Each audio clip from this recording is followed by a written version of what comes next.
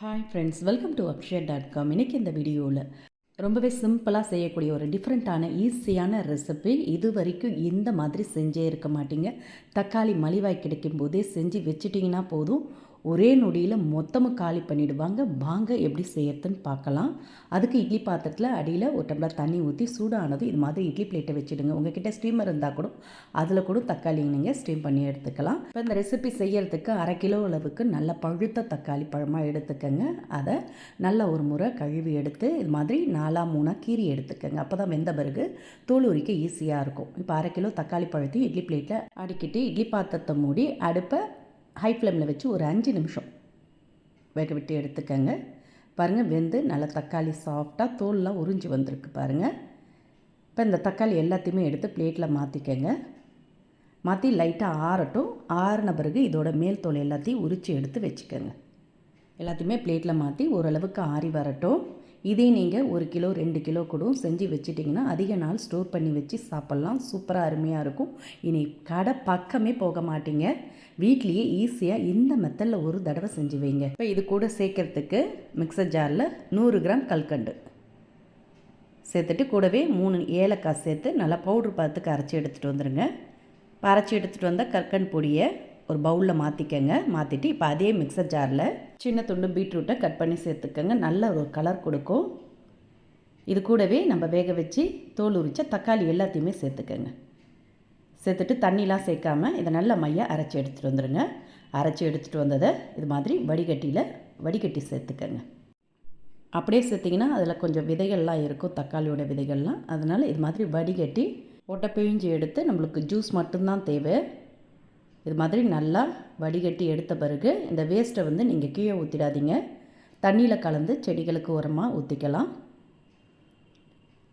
இப்போ பாருங்கள், நல்ல திக்கான தக்காளி ஜூஸ் ரெடி ஆகிடுது. இதுதான் நம்மளுக்கு தேவை. தண்ணி சேர்க்காமல் நல்ல திக்கான தக்காளி ஜூஸ் கிடச்சிருக்குங்க. இது அப்படியே இருக்கட்டும். இப்போ செய்யறதுக்கு அடிகனமான கடாயில் நான்ஸ்டிக் கடாய் இருந்தால் எடுத்துக்கங்க.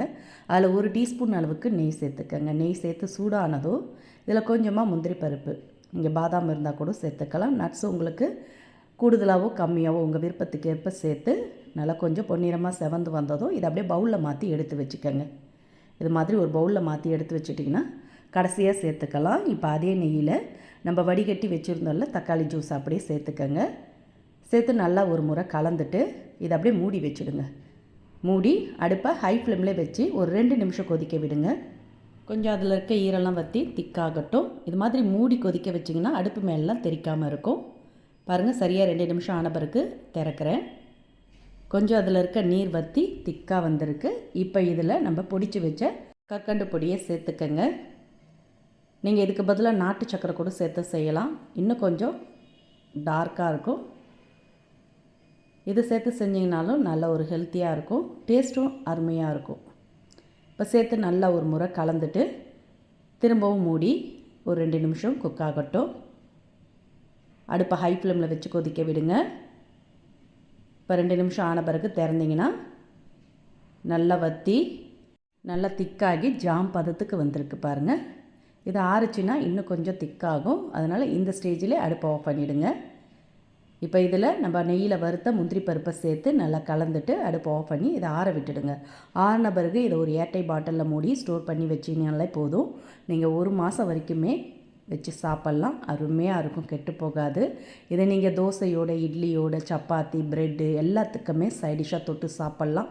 அருமையாக இருக்கும். குட்டீஸ்க்கெலாம் ரொம்ப ரொம்ப பிடிச்ச ஜாம் ரெசிப்பியை இதில் இருக்கக்கூடிய தக்காளி பழத்தை வச்சு இது மாதிரி சிம்பிளாக ஈஸியாக ஒரு தடவை செஞ்சு கொடுத்து பாருங்களேன். இனி அடிக்கடி செய்ய சொல்லி கேட்பாங்க. இதில் நம்ம எல்லாமே ஹெல்த்தியான பொருட்கள் தாங்க சேர்த்துருக்கோம். இந்த ஈஸியான டொமேட்டோ ஜாம் ரெசிபி உங்களுக்கு பிடிச்சிருந்தா வீடியோக்கு ஒரு லைக் கொடுங்க. ஃப்ரெண்ட்ஸ் அண்ட் ரிலேட்டிவோட வீடியோவை ஷேர் பண்ணுங்கள்.